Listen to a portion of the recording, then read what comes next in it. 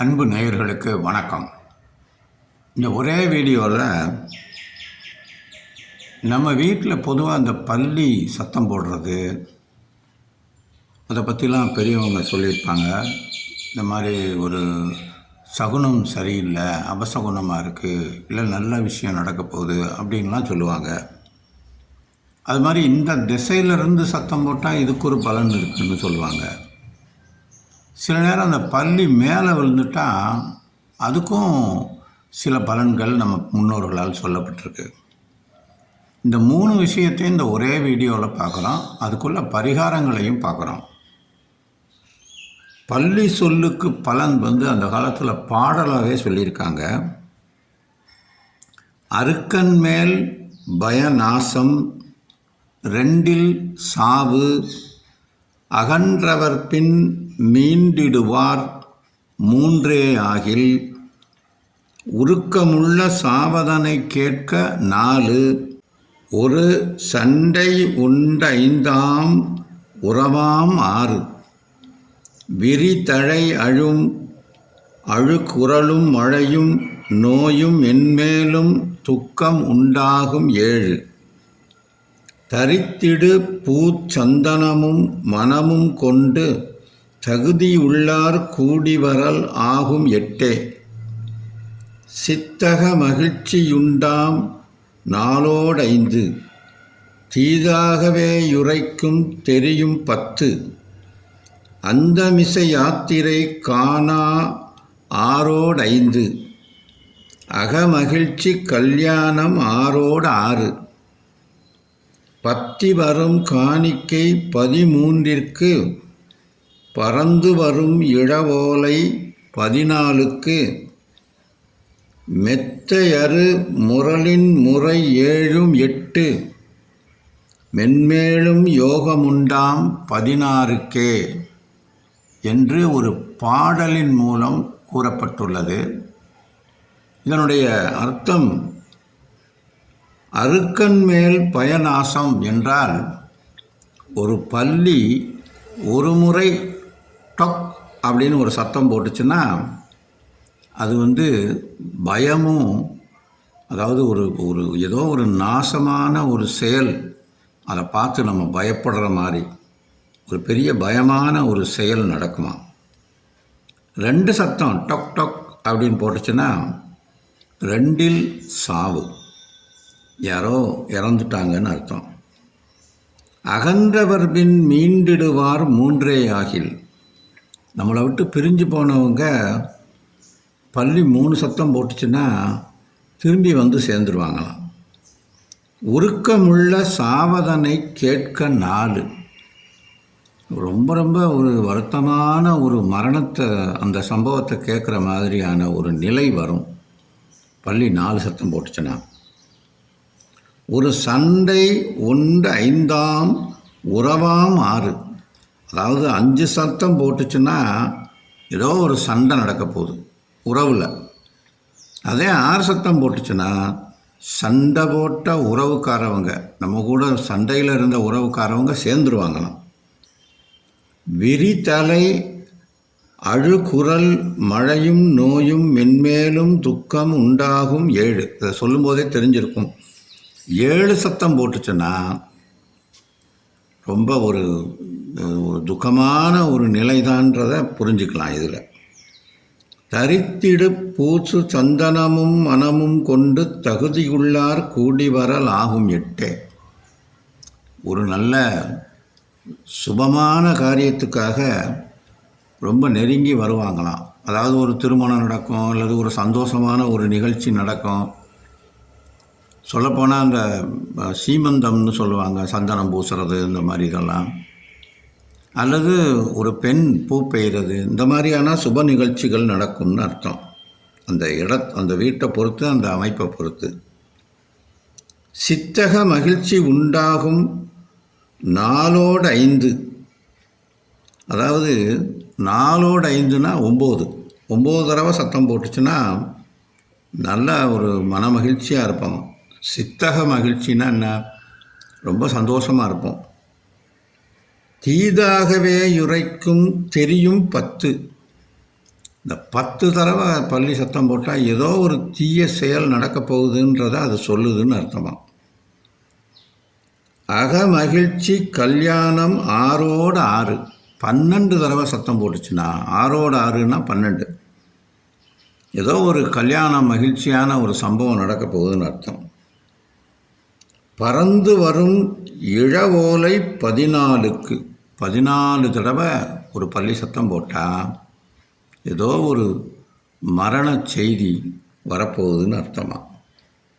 மெத்தை அரும் உறவின் முறை 7 8, அதாவது 8 7 15 தடவை அது சத்தம் போட்டுச்சுன்னா, அதாவது நல்ல ஒரு நெருக்கமான உறவு, அந்த முறை அந்த உறவு முறை கெட்டு போகுமா, அதாவது அருந்து போகும்னு அர்த்தம். மென்மேலும் யோகமுண்டாம் 16க்கே 16 தடவை சத்தம் போட்டுச்சுன்னா அடுத்தடுத்து பெரிய சந்தோஷமான நிகழ்வுகள் நடக்க போகுதுன்னு அர்த்தமா. இப்போ நான் சொன்னது பல்லி சொல்லுக்கு பலன். அடுத்து பல்லி மேலே விழுதுல்ல, அது ஐயோ பல்லி மேலே விழுந்துருச்சு அப்படின்னா அதுக்கு நம்ம உடம்புல எந்த ஒரு அவயத்தில் பல்லி விழுகுதோ அதுக்கு ஒரு பலன் சொல்லப்பட்டிருக்கு. அந்த மாதிரி ஒரு பல்லி நம்ம மேலே விழுந்து மேலே ஏறுற மாதிரி, அதாவது இப்போ மேலும் ஒரு கையில் விழுகுதுன்னா அது மேலே ஏறுச்சுன்னா அதுக்கு தான் இந்த பலன். மேலே விழுந்து தட்டி கீழே தவிடுச்சுன்னா அதுக்கு பலன் அது அந்த எந்த இடத்துல பட்டிருக்கோ அதுக்கு தான் பலன். அது மாதிரி நம்ம புரிஞ்சுக்கிறணும். இப்போ தலையில் விழுகுதுன்னு வச்சுக்கோங்க, ஒருத்தருக்கு ஏதோ ஒரு கலகம் நடக்க போகுதுன்னு அர்த்தமா. முடியில் மட்டும் விழுந்து போயிடுச்சுன்னா அது ஒரு நல்ல சுகமான சம்பவமாக இருக்க போகுது, ஒன்றும் தப்பு இல்லை. கூந்தலில் அப்படின்னா என்ன அர்த்தம்? பெண்கள் கூந்தலில் விழுந்ததுன்னா அது ஒரு லாபத்தை குறிக்கிற ஒரு அறிகுறின்னு அர்த்தம். முகத்தில் விழுந்துச்சுன்னா யாரோ உறவுக்காரவங்க வரப்போகிறாங்க, அவங்கள பார்க்க போகிறோம்னு அர்த்தம். தலையில் டைரெக்டாக விழுந்துச்சுன்னா, அதாவது சிரசுன்னு சொல்கிறது நேரடியாக தலையில், அதாவது முடி இல்லாத இடத்துல தலையில் விழுந்துச்சுன்னா அது ஏதோ ஒரு கண்டத்தை கொடுக்க போகுது. நெற்றியில் விழுந்துச்சுன்னா ஏதோ ஒரு பதவி இருக்குதுன்னு அர்த்தம், பதவி கிடைக்க போகுதுன்னு அர்த்தம். வலது பக்க புருவத்திலையோ அல்லது இடது பக்க புருவத்திலையோ விழுந்ததுன்னு வச்சுக்கோங்க, அது ஒரு கவர்மெண்ட்லேருந்து ஏதோ ஒரு அனுகிரகமான ஒரு பலன் கிடைக்க போகுதுன்னு அர்த்தம். அதாவது கவர்மெண்ட் ஜாபு இந்த மாதிரி ஏதோ ஒன்று இருக்குதுன்னு அர்த்தம். வலது அல்லது இடது புருவத்தில் சரியாக மத்தியில் விழுந்தால் அந்த வீட்டில் முக்கியமான மூத்த நபருக்கு பாதிப்பு இருக்குதுன்னு அர்த்தம். வலது கபாலம்னா என்னது? வலது மண்டை ஓடுன்னு அர்த்தம். கபாலம்னா மண்டை ஓடுன்னு அர்த்தம். அதில் விழுந்துச்சுன்னா அதாவது வலது பக்கம் தலை ஓட்டுக்கிட்ட அந்த மாதிரி கபாலம்னா அது தலை ஓடு இருக்காது, அந்த முடியில்லாத இடமா இருந்து அதில் விழுந்துச்சுன்னா அது பொருள் வரவை குறிக்கிறது. இடது கபாலத்தில் விழுந்துச்சுன்னா ஏதோ ஒரு அன்பான ஒரு நிகழ்வை குறிக்குதுன்னு அர்த்தம். வலது கண்ணில் விழுந்துச்சுன்னா ஒரு சுப நிகழ்ச்சி இருக்குதுன்னு அர்த்தம். இடது கண்ணில் விழுந்துச்சுன்னா ஏதோ ஒருத்தருக்கு கட்டுப்படுற மாதிரியான ஒரு நிலை வரும். மூக்கில் விழுந்தால் ஏதோ ஒரு வியாதி வரப்போகுதுன்னு அர்த்தம். அதுவே மூக்கு நுனியில் விழுந்தால் விசனம்னு சொல்லியிருக்காங்க. அதாவது விசனம்னா ஏதோ ஒரு பாதிப்பு இருக்குதுன்னு அர்த்தம். மேல் உதட்டில் விழுந்ததுன்னா பொருள் நாசமாகும். கீழ் உதட்டில் விழுந்ததுன்னா அதுவே பொருள் வரவு அல்லது தன லாபம்னு சொல்லலாம். இந்த மோவாய்க்கட்டைன்னு சொல்லுவாங்கள்ல, அந்த இடத்துல விழுந்துச்சுன்னா ஏதோ ஒரு சிறை தண்டனை, இந்த மாதிரி ஒரு ராஜ தண்டனை இருக்கும். வாயில் விழுந்துச்சுன்னா பயம் இருக்குமா. வலது காதில் விழுந்தால் அவங்களுக்கு நல்ல தீர்காயுசுன்னு சொல்லுது. இடது காதில் விழுந்துச்சுன்னா வியாபாரத்தில் ஒரு பெரிய மேன்மை இருக்குதுன்னு அர்த்தம். கழுத்தில் விழுந்தால் எதிரிகள் நம்மளை விட்டு போயிடுவாங்கன்னு அர்த்தம், அல்லது எதிரிகள் நாசம்னு அர்த்தம். வலது புஜத்தில் விழுந்துச்சுன்னா அதாவது வலது தோள்பட்டையில் விழுந்துச்சுன்னா ஆரோக்கியமாக இருப்பாங்கன்னு அர்த்தம். இடது தோள்பட்டையில் விழுந்ததுன்னா ஒரு பெண்ணோட போகம் செய்யக்கூடிய ஒரு யோகம் இருக்கும்னு அர்த்தம். வலது கையில் விழுந்தால் துக்கமாக, இடது கையில் விழுந்தால் துயரமாக. துக்கத்துக்கும் துயரத்துக்கும் என்ன வித்தியாசம்? துக்கம்னா ஒரு இறப்புக்கு துக்கம் அடைவோம், ஒரு ஒரு ஒரு ஒரு கடன் பட்டம் அந்த மாதிரினா ஒரு துயரம், அல்லது நோயினா ஒரு துயரம். அதே மாதிரி வலது மணிக்கட்டில் விழுந்ததுன்னா பீடை, அதுவே இடது மணிக்கட்டில் விழுந்ததுன்னா வெற்றி தான். அதுவே இடது கை விரலாக இருந்துச்சுன்னா துயரமாக. மார்பில் விழுந்தால் பொருள் லாபம் இருக்கும். வலது இடது ஸ்தானங்கள்னு சொல்கிறோம்ல, அதாவது மார்பகங்கள், அது ஏதோ ஒரு பாவச் சம்பவம் இருக்குமா. இருதயத்தில் விழுந்தால், அதாவது சென்டர் ஆஃப் த அந்த இதுதான் இருதயம்னு சொல்கிறது, அதில் விழுந்தால் சௌக்கியம். பொதுவாக உடம்புல எங்கேயாவது தேகம்னா உடம்பு, அதில் விழுந்துச்சுன்னா அது நல்ல தீர்காயுசை குறிக்கும். வலது விலா எலும்பு இருக்கிற இடத்துல விழுந்தால் நல்ல ஒரு வாழ்வு இருக்குமா. இடது விலா எலும்பில் விழுந்துச்சுன்னா ஏதோ ஒரு கண்டத்தை குறிக்குது. வயிற்றில் விழுந்துச்சுன்னா தன லாபமாக. நாபின்னா அந்த தொப்புளில் விழுகிறது, அது ஏதோ ரத்தின லாபம்னு அர்த்தம். அதாவது உபய பாரிசம் அப்படின்னு சொன்னால் பிட்டம்னு சொல்லுவோம்ல, அந்த பகுதியில் விழுந்துச்சுன்னா லாபம் தானா. முதுகில் விழுந்தால் ஏதோ ஒரு நாசம் இருக்குன்னு அர்த்தம். ஆண் குறியில் விழுந்தால் தரித்திரியமாக. வலது இடது அபானம், அதாவது அந்த பின்பக்கம் பிட்டங்களில் வலது பக்கத்துலேயோ இடது பக்கத்துலேயோ விழுந்தால் நல்லது தான், தனம் உண்டு. வலது இடது தொடைகளில் விழுந்தால் அப்பாவுக்கு கண்டமாக. வலது இடது முழங்கால்களில் விழுந்தால் நல்ல சுபமான ஒரு இது தானே. வலது இடது கணுக்கால்களில் விழுந்தாலும் சுபமானது தானே. வலது இடது பாதங்களில் விழுந்தால் பிரயாணம் இருக்குமா. வலது பாதத்தில் விழுந்தால் ஒரு நோய். இடது பாதத்தில் விழுந்தால் ஏதோ ஒரு துக்கம். பிருஷ்டத்தில் விழுந்தால் சுபம். வலது பாத விரல்களில் விழுந்தால் ராஜ பயம், அதாவது ஏதோ அரசாங்கத்தில் ஒரு பிரச்சனை. இடது பாத விரல்களில் விழுந்தால் நோய். வலது இடது கால் விரல் நகங்களில் விழுந்தால் பொருள் நாசமாகுமா. தேகத்தில் அந்த நான் முதல்ல சொன்ன மாதிரி எப்படின்னா ஓடுச்சுன்னு வச்சுக்க, மேலே எங்கேயோ விழுந்து மேலே ஏறி ஓடுச்சுன்னா தீர்காயுஸ் தான், மேலே ஏறினான். இதுக்கு எல்லாத்துக்குமே தோஷ பரிகாரம் என்னென்னா, பொதுவாக பல்லி விழுந்தா உடனே இந்த பால் ஒரு 2 சொட்டு தலையில் வச்சோ, அல்லது குளிக்கிற நீரில் லேசாக பாலை கலந்தோ உடனே குளிச்சிட்டோம்னா அந்த தோஷம் நீங்கிடும். இதுதான் அதுக்கு பரிகாரம். அடுத்து 10 திக்குகள்லையும் பல்லி சொல்கிறதுக்கு பலன் என்ன அப்படின்னு பார்ப்போம். வீட்டில் கிழக்கு பக்கமாக இருந்து பல்லி அந்த ஏதோ சொல்லுதுன்னு வச்சுக்கோங்க, அது பயத்தை கொடுக்கறது. தென்கிழக்கு மூலையாக இருந்தால் அது தீமையை குறிக்குமா. தெற்கு பக்கமாக இருந்தால் அது ஒரு சுகந்தானா, சுகமான ஒரு நிகழ்வு தான்.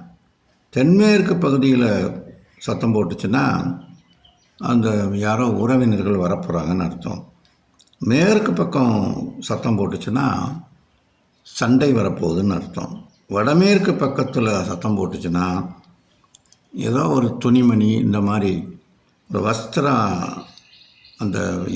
வஸ்திர ஆபரணங்கள்லாம் வரப்போகுதுன்னு அர்த்தம். வடக்கு பக்கத்தில் சத்தம் போட்டுச்சுன்னா பொருள் வரவு இருக்குன்னு அர்த்தம். வடகிழக்கில் சத்தம் போட்டுச்சுன்னா நல்ல லாபமான ஒரு நிகழ்வு இருக்குதுன்னு அர்த்தம். மேலே வீட்டுக்கு மேல் பக்கம் அந்த சீலிங்கில் இருந்து சத்தம் போட்டுச்சுன்னா நல்ல எல்லாமே எடுத்த காரியம் வெற்றியாக போகுது. பூமியில் இருந்து சத்தம் போட்டுச்சுன்னா, அதாவது கீழே தரையிலேருந்து சத்தம் போட்டுச்சுன்னா ஏதோ காரியம் ஒரு பெரிய நாசமாக போகுதுன்னு அர்த்தம். அதாவது காரியம் தோல்வி இருக்குதுன்னு அர்த்தம். இதுதான் இந்த பல்லி சொல்கிறதுக்கும், பல்லி மேலே விடுகிறதுக்கும், பல்லி இந்த மாதிரி திசைகளில் இருந்து சத்தம் போடுறதுக்கும் உண்டான பலன்கள் சொல்லப்பட்டிருக்கு. இது எதுவாக இருந்தாலும் இதுக்கு ரெமிடின்னு சொன்னோம்னா, இந்த பரிகாரம் அப்படின்றது பொதுவாக அந்த மேலே விழுகிறதுக்கு பாலில் தலையில் வச்சு குளிச்சுக்கணும்.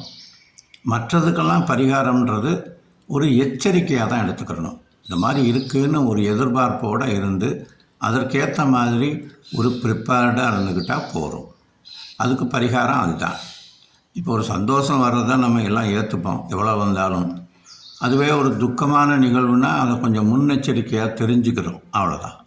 இதை இந்த பைப்பீல மொழின்னு சொல்லி ஒரு மொழி இருக்குது. 64 கலைகளில் பைப்பீல மொழி அப்படின்னு ஒன்று. அதாவது மற்ற விலங்கினங்கள், இந்த மாதிரி பூச்சி இனங்கள், பறவை இனங்கள் இதெல்லாம் பேசுகிறதுக்கு பொதுவாக அந்த மொழிக்கு பேர் பைப்பீல மொழின்னு பேர். அது மாதிரி இந்த பல்லி சொல்லுக்கு பலனை எழுதி வச்சவங்க அல்லது சொல்லி வச்சவங்க எப்படி சொல்லியிருக்காங்கன்னா, அந்த பைப்பீல மொழி தெரிஞ்சு சொல்லியிருக்காங்க. அது நிச்சயமாக அது சரியாக தான் இருக்குது. பெரும்பாலும் நம்பிக்கை தான் வாழ்க்கை. வாழ்வியலுக்காகத்தான் இது போன்ற கலைகள் நமக்கு சொல்லப்பட்டுள்ளன. எனவே நாம் இதெல்லாம் நம்பிக்கையோடு தேர்ந்தெடுத்து உரிய பரிகாரங்களை செய்து இறைவனை வேண்டி, பொதுவாகவே இந்த பல்லி விஷயங்களுக்கு ஏதோ ஒரு பரிகாரம்ன்றத காஞ்சிபுரத்தில் இருக்கக்கூடிய வரதராஜ பெருமாள் கோவிலில் ஒரு தங்கம் வெள்ளியில் பல்லி வச்சுருக்கிறாங்களாம். அதை மனசில் நினச்சா கூட அந்த தோஷம் நிவர்த்தி ஆகும் அப்படின்னு அந்த கோவிலில் உள்ள ஒரு ஐதீகம் சொல்லுது. அதையும் கூட நம்ம எடுத்துக்கலாம். நேர்களே, மீண்டும் இது போன்ற ஒரு சுவாரஸ்யமான நிகழ்வோடு உங்களை சந்திக்கும் வரை உங்களிடமிருந்து நன்றி கூறி விடைபெறுவது உங்கள் அன்பு பரமக்குடி ஜோதிடர் KGP அறிவுலகன். நன்றி, வணக்கம்.